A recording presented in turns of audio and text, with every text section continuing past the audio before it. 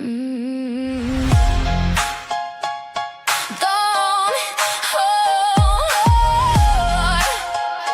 Don't see, yeah. Dom C303 is making YouTube a new scene. Searching for the truth, shutting out the noise. Looking for ideas in a simple, ordinary life. Helping people is a mission, a passion, a privilege. Searching for the truth, shutting out the noise. Cases going cold, no new leads, no new ideas. Families needing closure, facts and justice. Searching for truth, shutting out the noise. Helping people is a mission, a passion, a privilege. Chatting with the peeps when the YouTube is going live. Searching for the truth, shutting out the noise.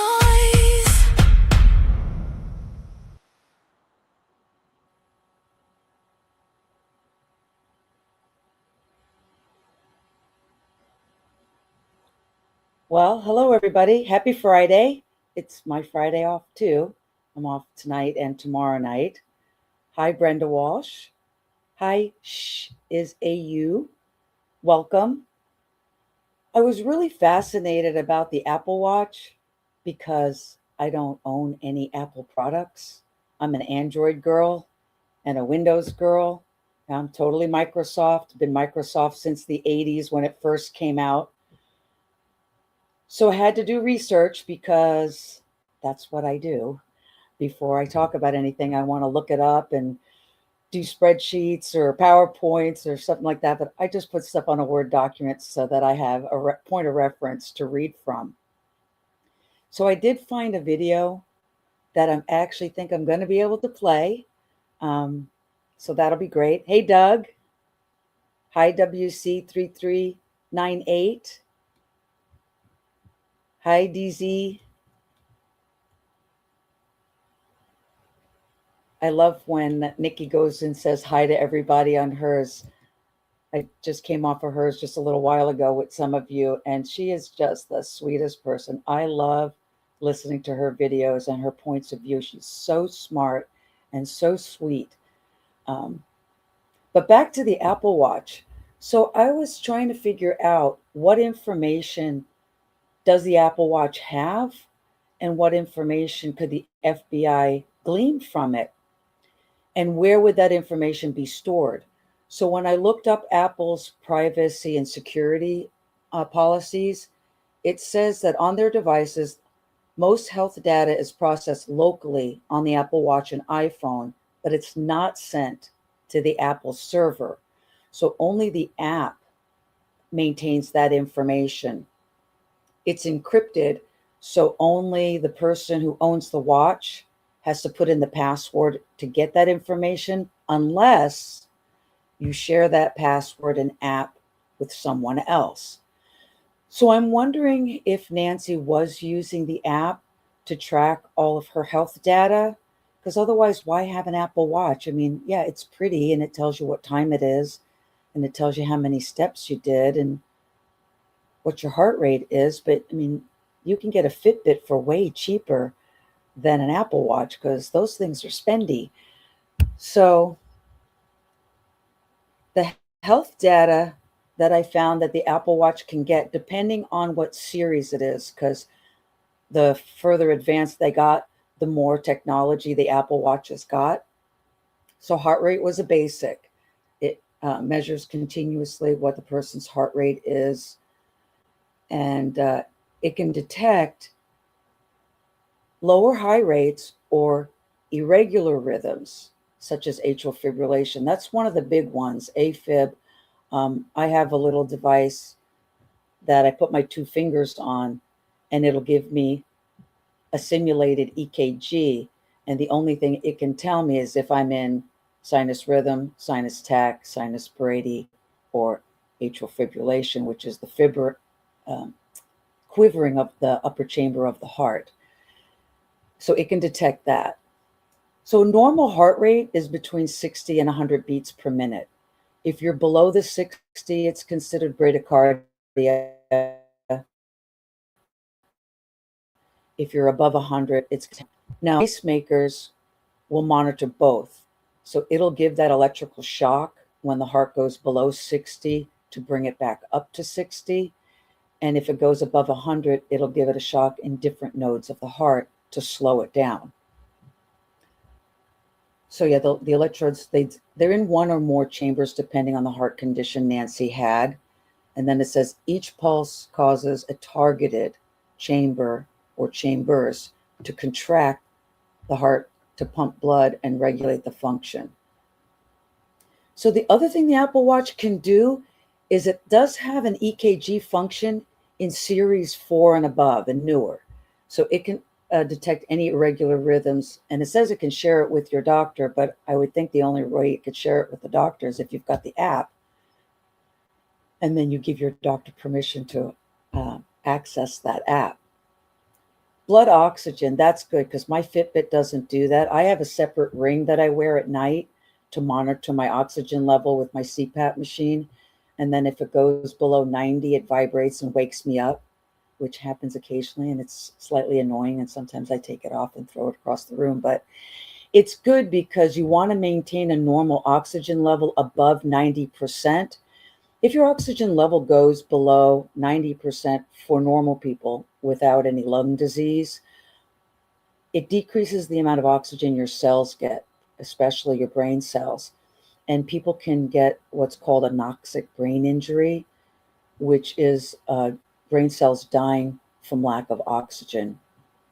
Patients that who have COPD, chronic obstructive pulmonary disease, which includes emphysema and chronic bronchitis and asthma, we keep them between 88 and 92, 93, because those people are very special with their lung conditions. Below 88, of course, is bad because of the anoxic brain injury you can get. And you can also start to go into organ failure when your organs aren't getting enough blood. But if we keep them above 93, like when we have them on a nasal cannula, they can also start building up carbon dioxide. And the buildup of carbon dioxide in your bloodstream decreases your drive to breathe. So that's a whole nother teaching topic that we won't go into. Bottom line is the Apple Watch can monitor your blood oxygen level. Some of them, the Series 11 above, can monitor your blood pressure. My brother has that on his Apple Watch. He puts on a cuff that has an electronic app on it, and when it reads his blood pressure, it'll send it to his Apple Health device. So daily he monitors his blood pressure and all the other bells and whistles with it. He's an engineer, so if there's a gadget out there, my big brother's buying it because he's such a geek. And if he's watching, I love you. Wrist temperature, so it will monitor someone's temperature, which is cool because if Nancy had a fever in the middle of the night or something, the watch would record that and she would know that. And especially in the elderly, well, in all people, fever indicates some type of illness. But from my nursing experience, fevers usually are the first signs of a bladder infection. You know, sometimes they don't even have the burning when they urinate. It'll be a fever. And then they start getting malaise. They start feeling weak and tired. So this temperature measuring, I think, is really great on the Apple Watch. And it also measures a person's respiratory rate, their breathing rate, which a normal rate is between 12 breaths per minute and 20 breaths per minute. That way, you know, when you're exercising, of course, your breath per minutes are going to go up. When you're sleeping, your breath per minutes will decrease because your body's relaxing. So if Nancy wore her watch to bed, it would monitor those things too. So I'm kind of curious to know, did she take it off at night to let it charge? Or did she wear it to bed to monitor all these wonderful functions that her Apple Watch has? And we'll talk about, if she wore it to bed, what we might glean from that. The other thing it does is cardio fitness estimates, heart rate data with motion. Certain series of Apple Watches can detect if a person falls. I love that. Fall and crash detection monitors movement to direct potential falls or crashes, triggering an alert. So if she was wearing her watch and went to the ground, if someone else was on her Apple app, then they would have been notified that she fell. Now, wouldn't that have been a great thing to know? But one of the many enigmas that we've got in this box of we have no information. But we're going to question it because these are good questions for us to have and discuss. GPS, I think a lot of watches have GPS, and of course our phones do. So those were the features that I found on the Apple Watch. If any of you have an Apple Watch, please let me know what other features you have that I didn't discuss. Let me scroll through real quick and see if anybody's got anything. Oh, Christine, thank you for being new to my channel. We Investigates is back. Angel Eyes, hi, thank you for being here. Hi, Melly. Janet, thank you.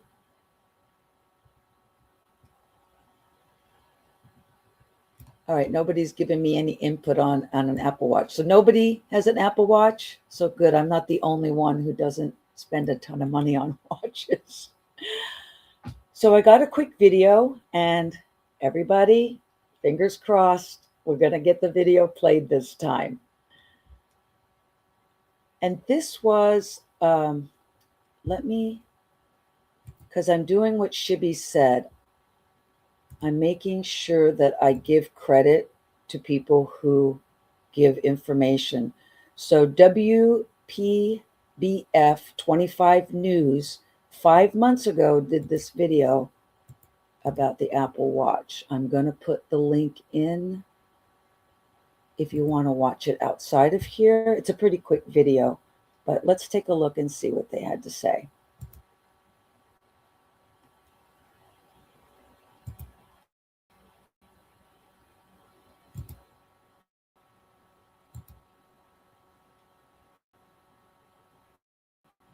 Hour of desperation.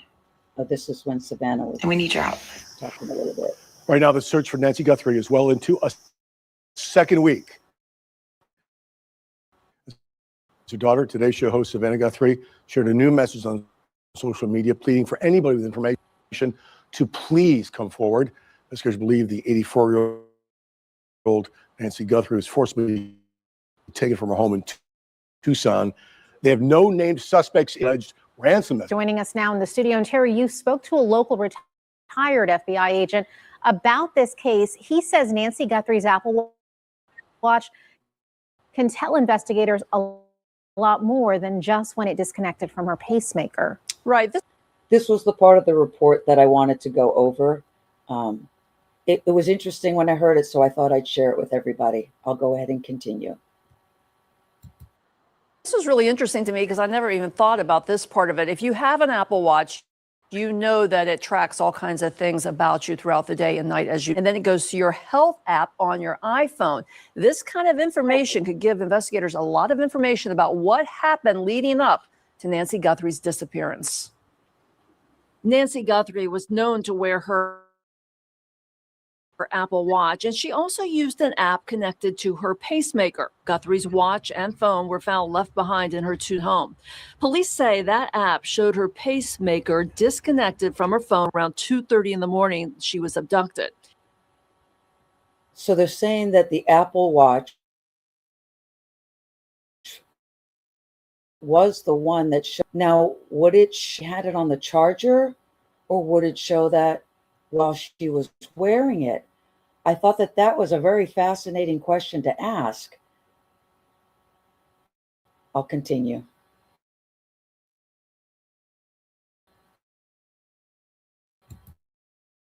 Giving a significant timeline clue. But retired FBI agent John McVeigh tells me the watch also or fighting or otherwise agitated, even taking a hard fall earlier in the evening when she was wearing it. What did she do from that 9:30, 10 o'clock time until 2 o'clock when the pacemaker stopped? Was there some kind of, 30 or 40 steps running, or is there something else going on? Or, did she just go to bed and then someone woke her up? McVeigh also does not believe the ransom notes are legitimate. He says he's seen it happen many times in missing persons cases. Someone trying to profit.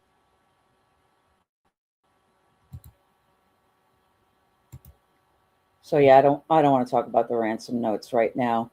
That's a whole nother topic, because we've got the different theories on both sides. If you've got the ransom notes, you've got a certain number of suspects. If the ransom notes are fake, then we have other suspects. So back to the watch. What do you guys think with them saying that it recorded the disconnect? I'm curious to know, was she wearing the watch to bed? Because if she was, the FBI's got a tremendous amount of information that we don't know about. Number one, it'll show that she was home because it's got the geolocator. Number two, it'll tell us when she went to bed, because her breathing rate would go down.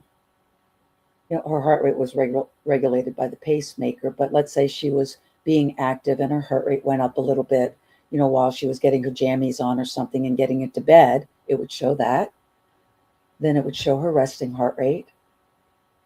Then it would show the accelerated heart rate. I'm wondering, I'm starting to think that maybe Nancy did have her watch when she went to bed. And the reason why it was found on the ground is someone ripped it off of her. I am incredible at going down rabbit holes. In my master's program, I had to write a thesis. So I had 16 weeks to write a thesis.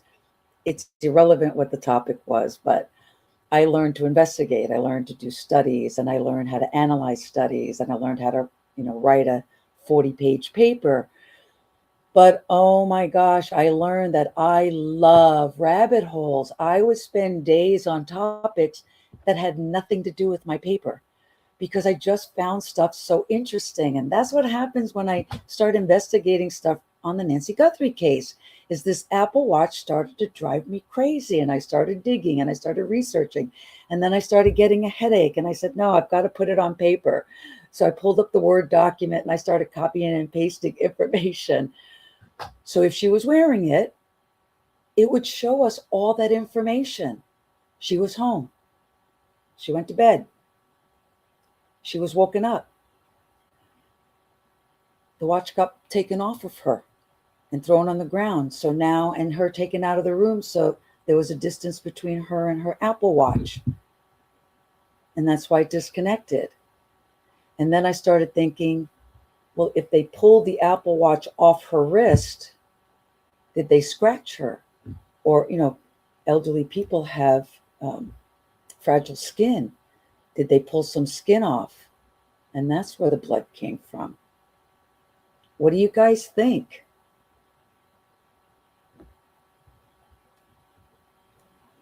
I'm going to pull up Chris Talks Truth. He says, I don't think she was wearing it either, but I don't put it much into the Apple Watch, because if they get information from it, they will never share it with us. Evidence allegedly, like everything else. Well, yeah, no, I understand that. I guess my point is that's one of those informations that they really could share that, because how is that going to affect who the perpetrator is? It would actually exonerate the family as far as them bringing her home, because the Apple Watch would show her geolocation. Well, her iPhone would too, but iPhones you can kind of fake. The Apple Watch you can't fake, because it's on her and it's monitoring her vitals as it's monitoring her location. That's why I'm more focused on the watch than the phone, because the phone, if something happened to her at a different location, they could bring the phone to the house. Who cares? But the Apple Watch is on her body, monitoring her vitals. And you would know the difference if someone took the watch off and put it on their wrist, because they would have different body parameters, I guess you say. A forensic pathologist? No, I don't know what they would call someone who would go through the forensics of the data, of the biometric data. Let's see. We says, I only heard recently that the watch was found at the foot of the bed on the floor. Right, and I don't think that that was actually verified. So that's a great point.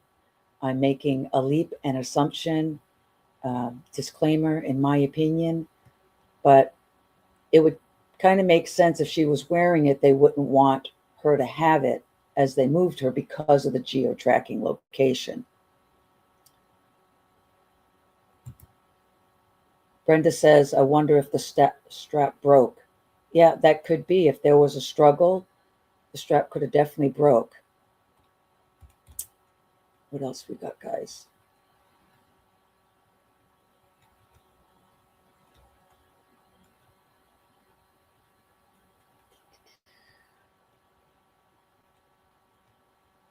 Yeah, that was, you're right, allegedly on the floor.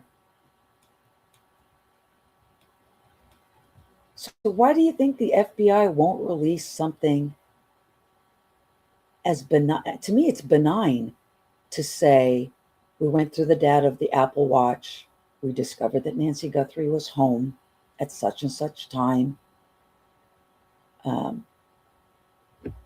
That puts a lot of our theories, speculations, at least on her location, to rest. Again, I get a migraine thinking about that. Why can't we have a morsel that doesn't affect the case? I understand they're not going to release the videos if they have it from inside the house. I understand if they have videos of something bad happening inside the house. That's all evidentiary. I get it. But the simple little tidbit of, yes, from the information that we can't release from the Apple Watch, we do want to verify that Nancy Guthrie was home at 9:50, according to her Apple Watch biometrics. Let's see.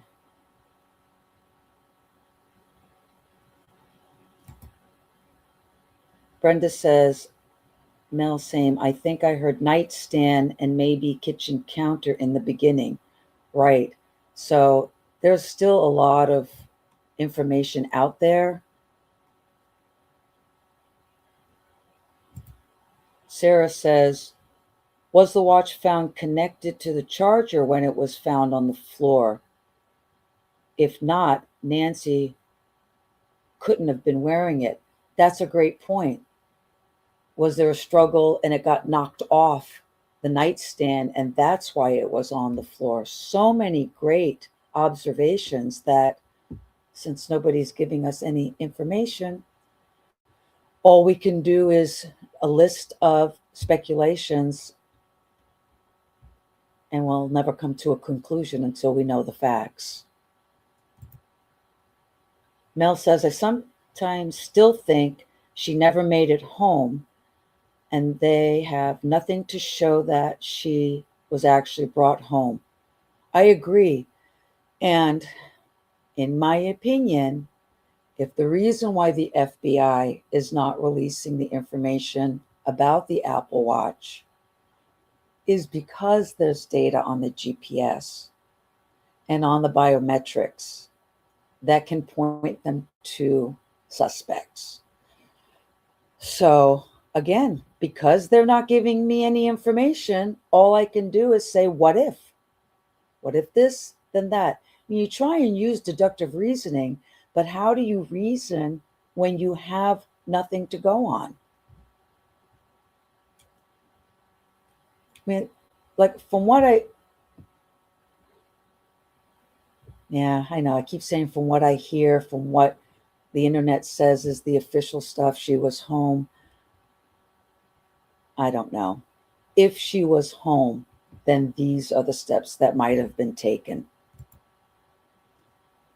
We says they basically told us that she was home without giving too much information as to how they know for sure.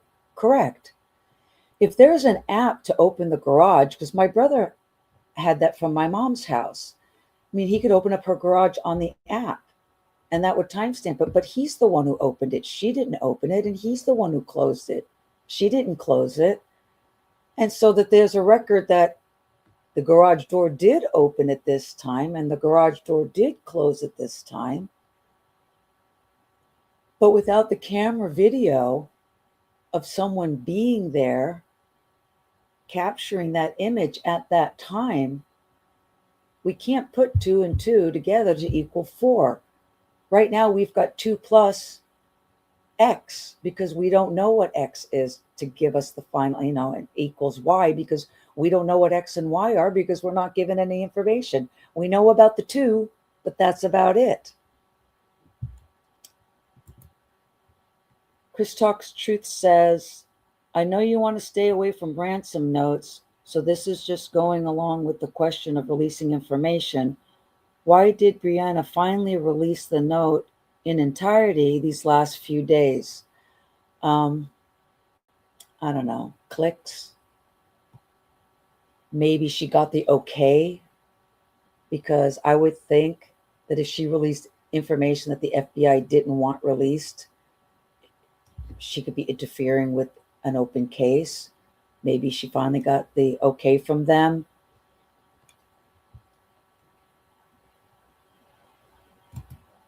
Brenda says, from anywhere on the app, they said that if it was done on the clicker or on the panel, there would not be record. So assuming it must have been on the app. Great point. And then we says, because it's getting cold. I know. I am so worried about it getting cold. You hope that there's, the little gerbils running on the wheel behind the scenes, but that's only a hope and a speculation again. So any questions or any more input on the Apple Watch? Because I found 2 videos about wrench attacks, because I didn't hear about that till last month. But I found a video from last year of a reporter talking about it. And I never heard of it until, this last month or 2, when there was it a family in Chicago that got wrench attacked? Because they had a lot of cryptocurrency, and one guy broke in, held them at gunpoint, had another guy on the phone while the victim was giving the crypto numbers for the guy who was on the other end of the phone who was stealing the cryptocurrency.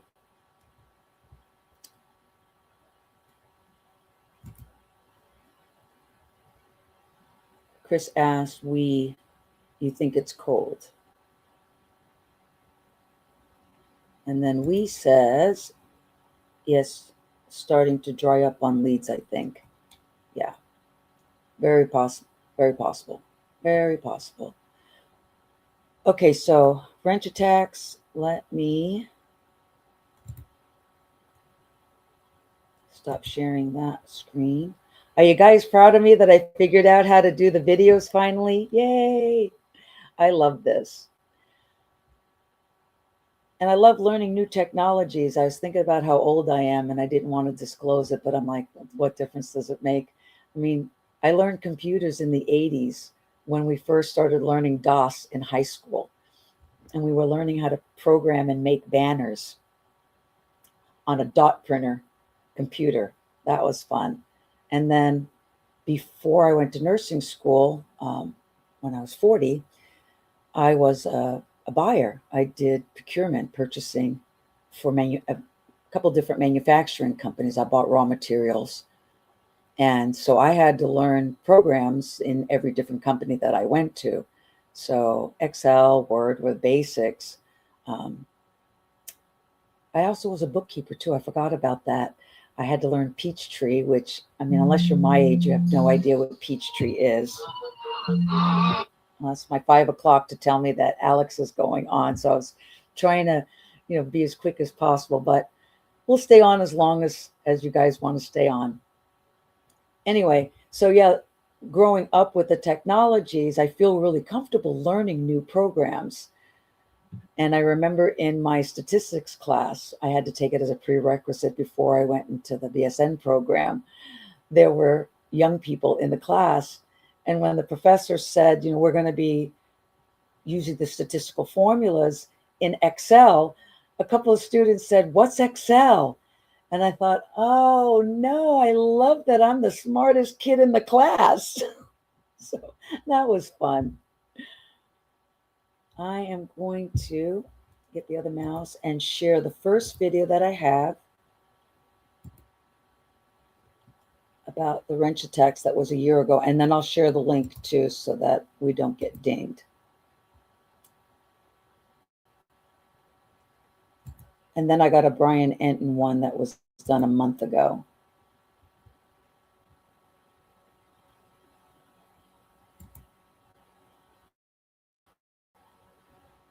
White screen and play.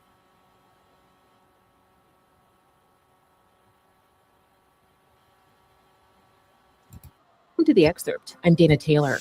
In a high-stakes world of cryptocurrency, cybercrime is no longer the only concern for investors. A rise in street crime tactics means that some wealthy crypto owners have fallen prey to physical attacks and coercion.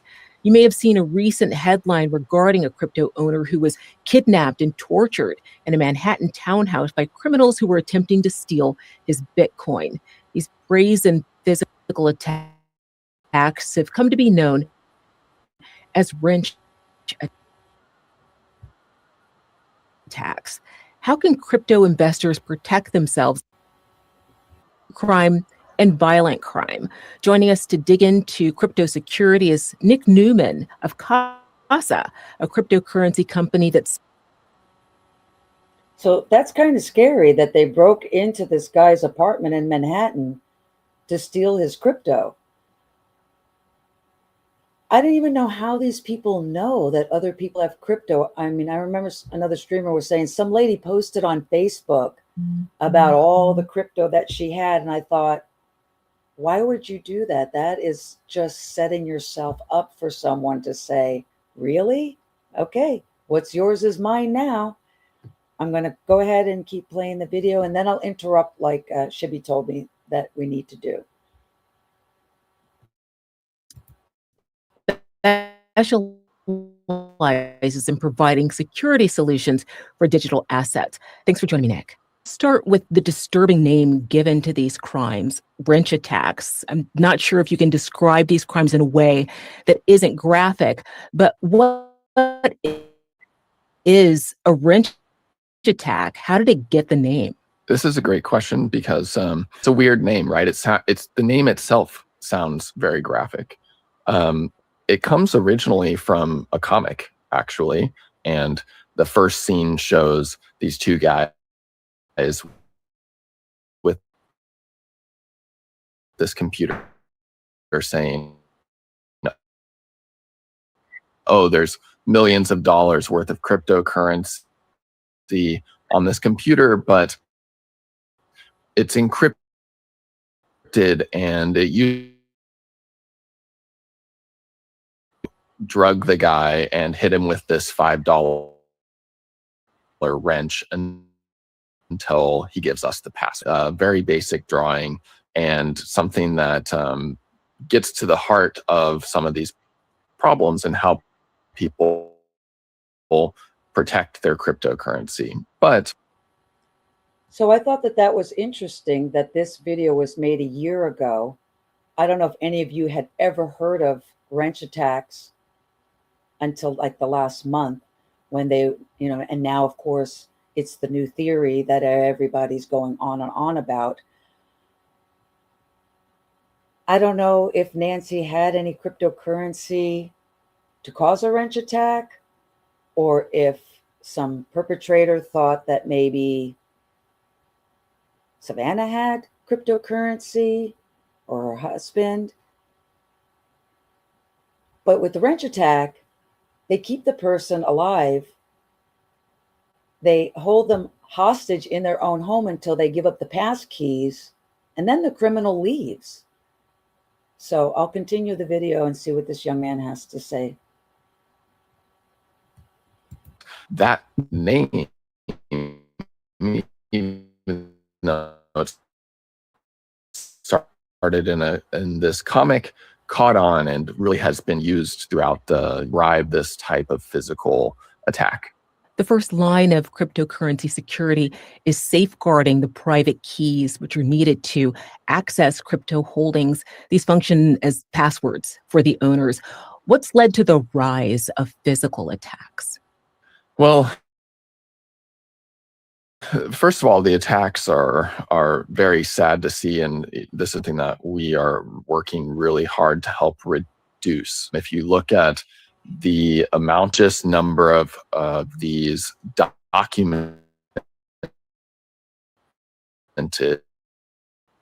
attacks, actually potentially many more documented ones, happened back in 2021. They documented about 35, and in 2025, just in the first half of the year alone, we're already almost to 30 documented attacks. And so this year is certainly one where it's been years. So they do have documented cases of it. How does it relate to the Nancy Guthrie case? What do you guys think?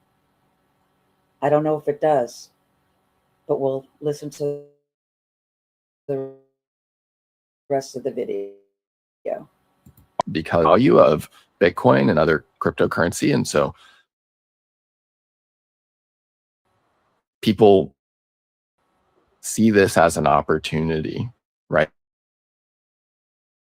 This seems like a higher payout opportunity. That To know who to target, is flashing one's wealth an accepted part of crypto culture? Is it even possible for someone to know how much crypto you have without you disclosing it? likely don't talk in your bank account, but that doesn't mean that there aren't ways of finding that out, or there aren't people that choose to do that.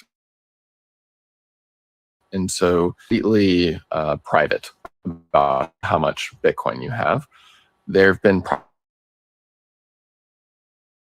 problems with exchange leaks where data from cryptocurrency exchanges have been leaked through any number of different avenues, whether it's people inside the company who are being paid to share that information out with others, or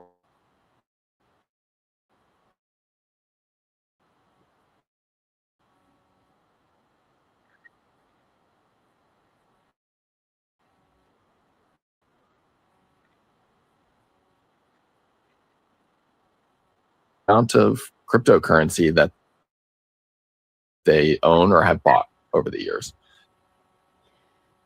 So before this whole wrench attack thing started, what he was talking about reminded me of an incident that happened to my brother a couple years ago to his company. And it's the ransomware.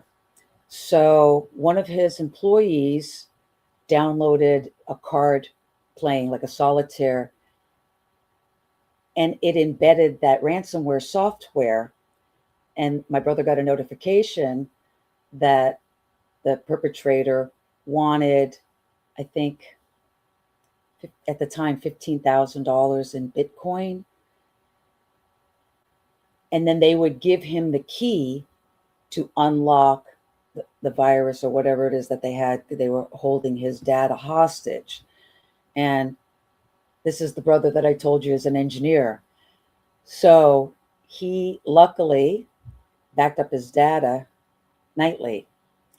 So he figured out when the employee downloaded that game and then deleted all the information from that day forward, and backdated everything. So everything was recovered. The bad files were gone. But that's where I think all of this wrench attack started, with the ransomware. So Never click on a link that you don't know where it's from. So, yeah, long story short, my brother put lockdowns in the employees being able to download any games or anything onto their work computers. They could do whatever they want on their phones, or personal items, but yeah, not on the work computers anymore. So I thought I'd share that interesting story. I'm going to play the video again. And so this information is out there in the world and available on dark web markets, other places that bad actors can take advantage of. Crypto is, of course, a digital currency. Those assets can be stored in digital wallets or in physical devices. Are there any built-in safeguards with either of those storage types that mitigate the risk of physical coercion? So when people are storing their Bitcoin on a traditional software wallet, or that all they need is that device to go send money to anywhere, potentially an attacker, then that gives an attacker, a lot of leverage. So you have to make sure that you set up your wallet in such a way that you do not have that single point of failure. You don't want to have that single wallet with you at all times where anybody can steal it. Think of it like the cash in your wallet. You don't walk around carrying, tens of thousands, millions of dollars of cash on your person.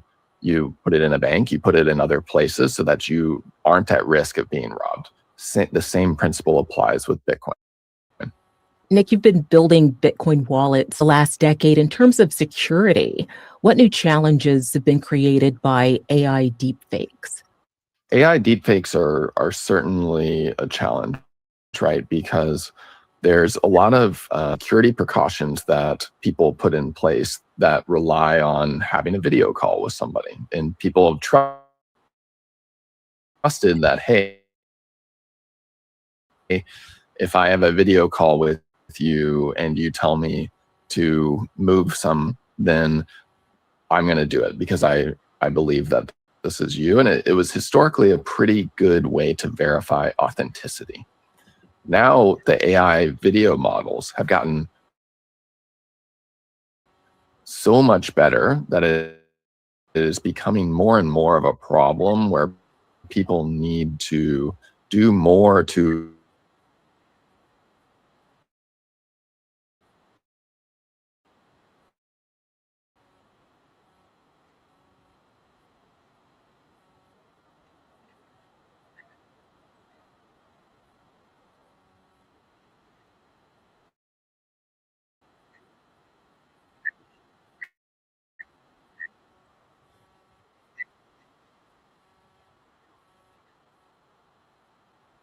goes to the wrench attacks, right? It's something that it's very violent and graphic, but actually much more money has been stolen due to social engineering, which is another type of attack.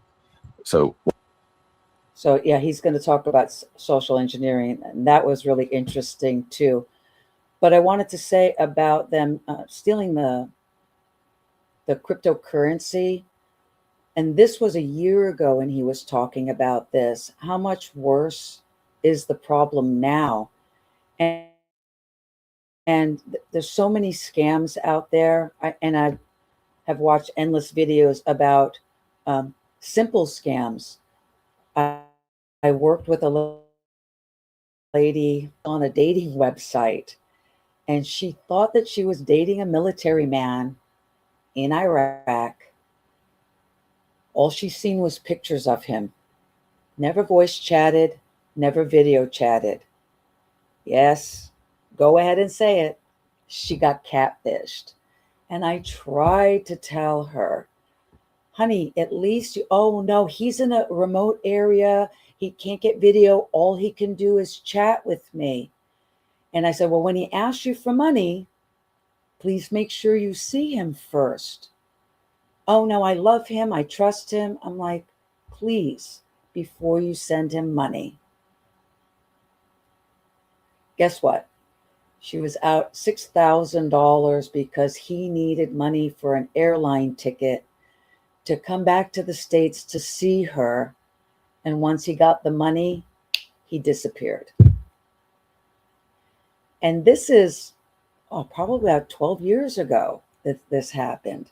And yes, I will openly admit I was a catfish junkie, that TV series, because I just wanted to understand the mentality of people who can scam other people and not care, and actually think that the person that they scammed deserved it, or they did it as a joke, or they did it because they wanted revenge on somebody totally different. Anyway, I know catfishing goes all the way to a different, but it's still scamming. That's why I bring it up, because this wrench attack is a scam. It's just a scam on a gigantic level in comparison to stealing a couple of hundred to a couple of $1,000s on a romance site. I'm going to go ahead and let this young man finish what he was saying.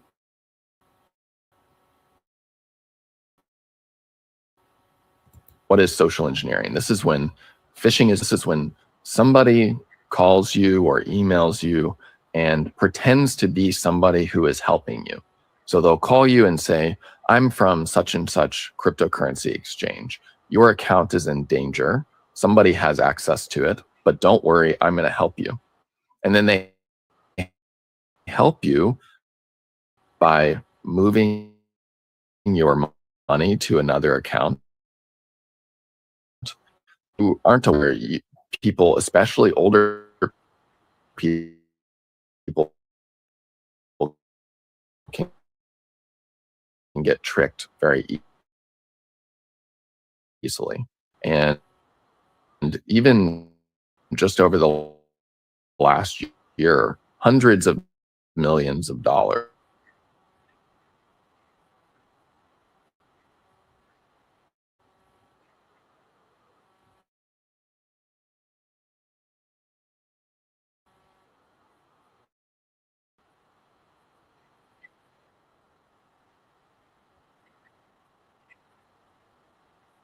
just like Bitcoin. So with gold or cash, paper money,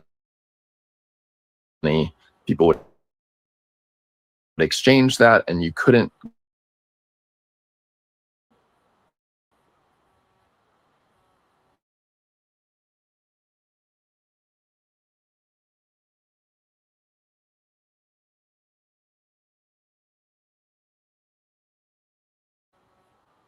give up control of the asset.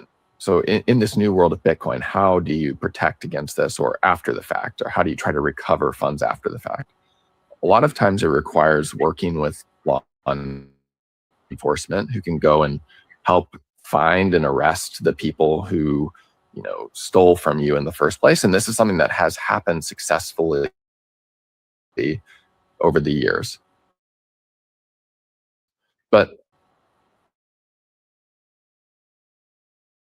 the best defense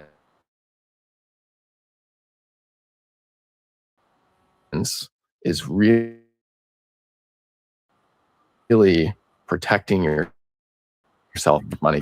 So you have to remove that reward in the risk options available to crypto owners, although coverage isn't widely available or standardized like more traditional insurance.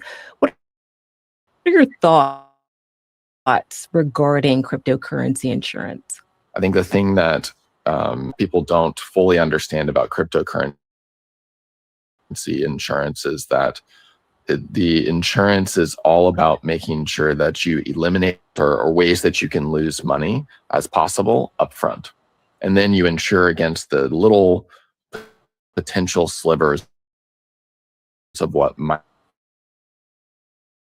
happen in a worst case scenario. And that's how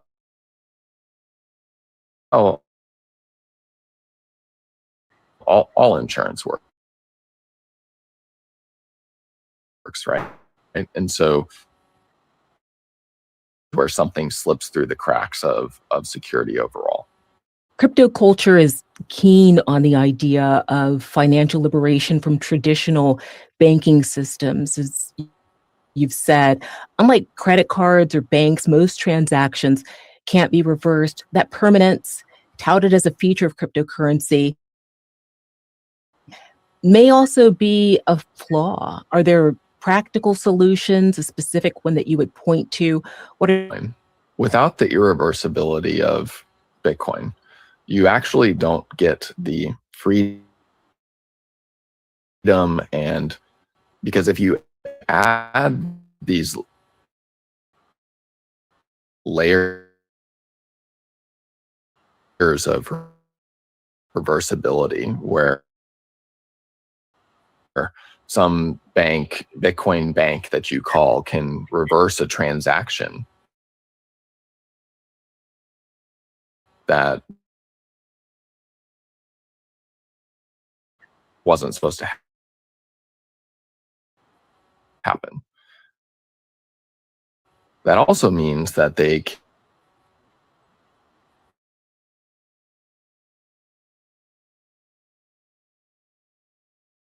to help them navigate this new landscape of Bitcoin properly.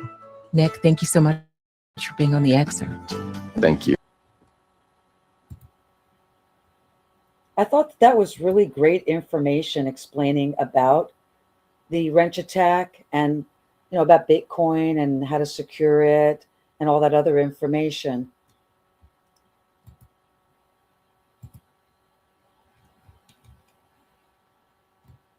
Oh, I lost my comments. Oh well. So those were the two topics that I wanted to discuss today, was the Apple Watch and the wrench attack.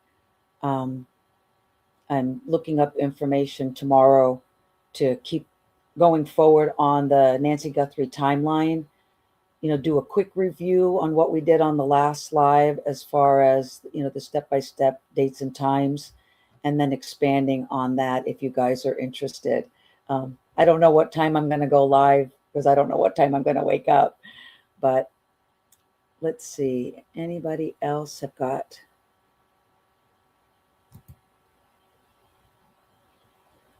Yeah, Sarah says it's really hard to trust anyone these days with all that AI.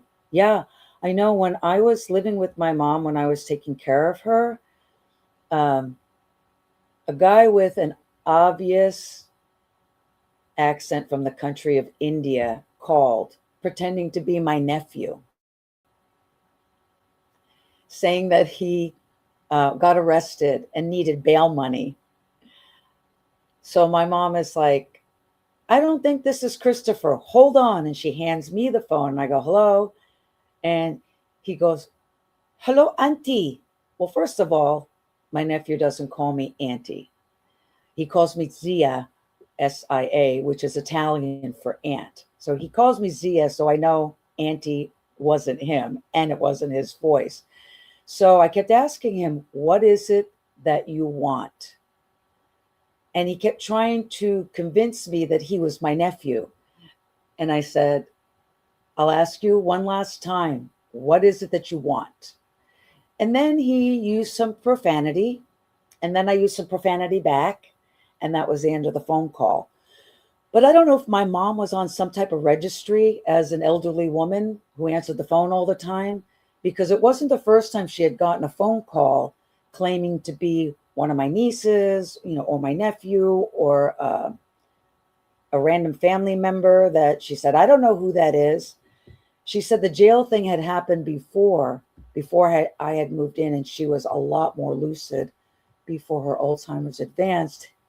And she told me she told the guy, you're in jail? You got arrested? Good. Stay in jail. So you don't mess around with a Sicilian grandma. She's like, if you're in jail, then that's where you belong.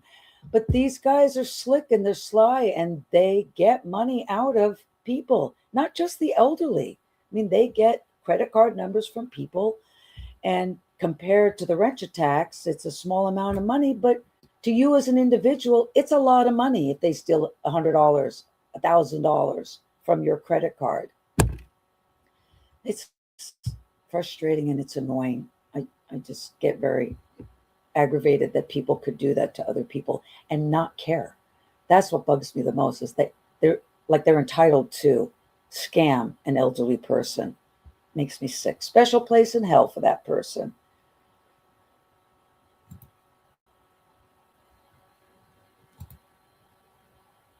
So here in Canada, there is a grandparent scam. It's crazy. Yeah, right?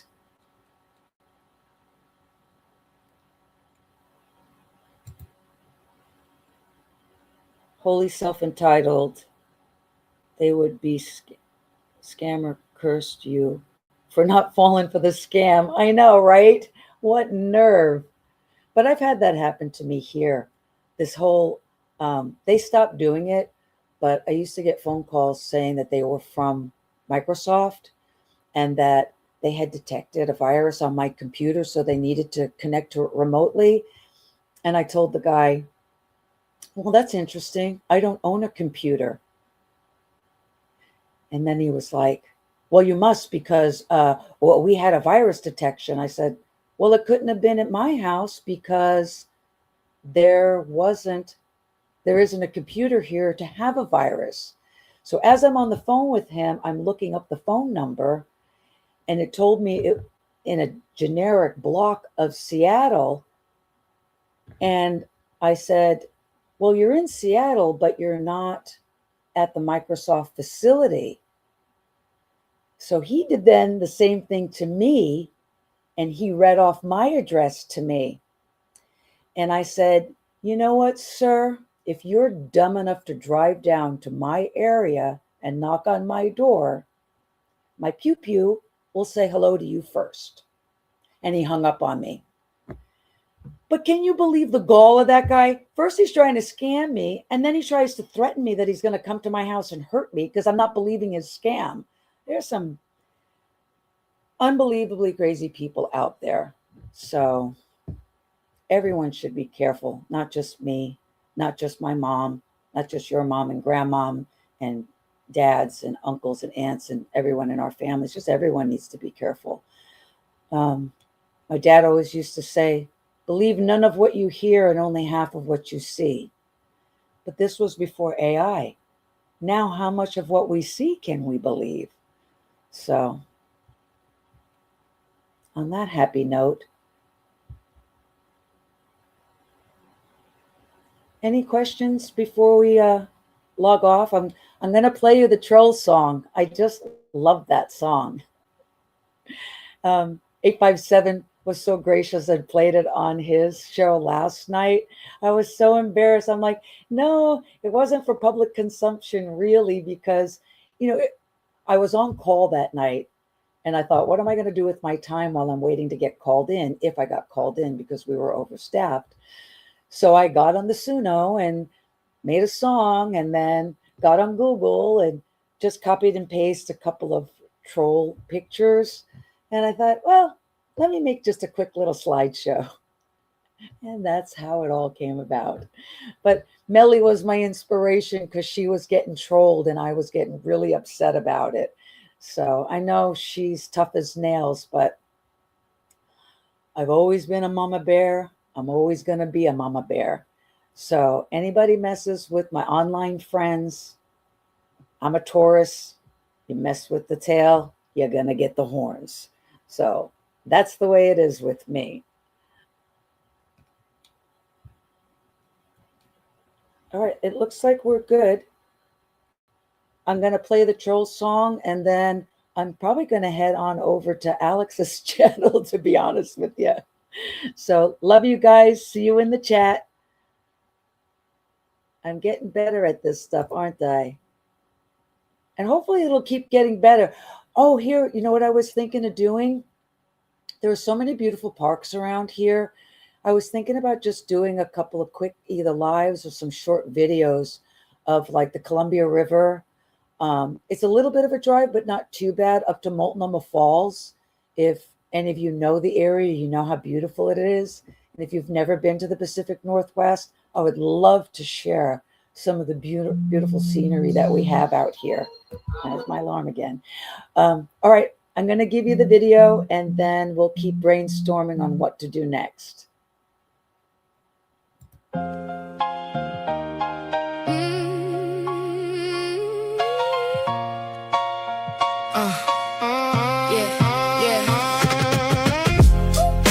on YouTube Live, sharing their opinions, sharing their lives, enjoying good conversation. We are laughing and chatting and having a good time. They slide to me just to stir the room, drop a little poison and they run from the truth. Try to bait the crowd for a cheap little show, but the whole chat knows what they came here for.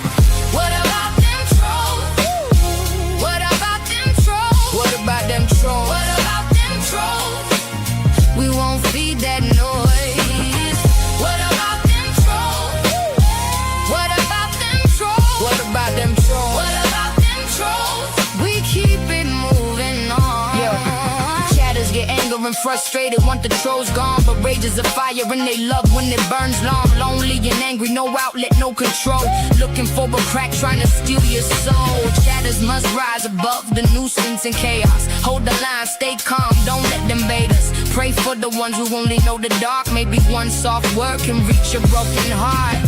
Chatters on YouTube Live, sharing their opinions, sharing their lives. We choose peace tonight. What about them trolls? What about them trolls? What about them trolls? What about them trolls? Oh, we won't feed that noise. What about them trolls? What about them trolls? What about them trolls? What about them trolls? We keep it moving on. Praying for them trolls. Praying for them trolls.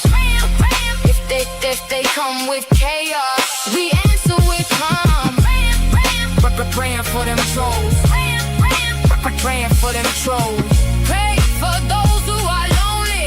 Pray for those who are lost. What about them trolls? What about them trolls? What about them trolls? What about them trolls? We won't feed that noise. What about them trolls? What about them trolls? What about them trolls? What about them trolls? We keep it moving on.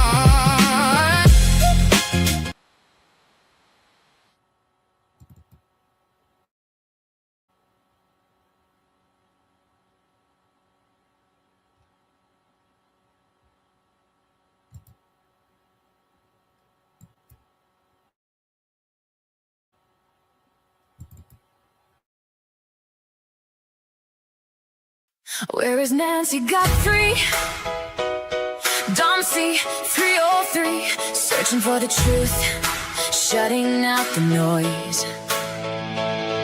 Open case, no perp, no evidence, no answers. Crime scene contaminated. Is the case going cold? Where is Nancy Guthrie? When did she leave? Where did she go? Who took Nancy from her home? Where is Nancy Guthrie? Domsey 303, searching for the truth, shutting out noise, asking questions is the norm. Seeking truth is part of the investigation, but no one has any answers. No one's answering our questions. Where did Nancy Guthrie go? What's the truth? What's the lies? Who's involved? Where is Nancy Guthrie? Where is Nancy Guthrie? Where is Nancy Guthrie? Domsey 303, searching for the truth, shutting out the noise.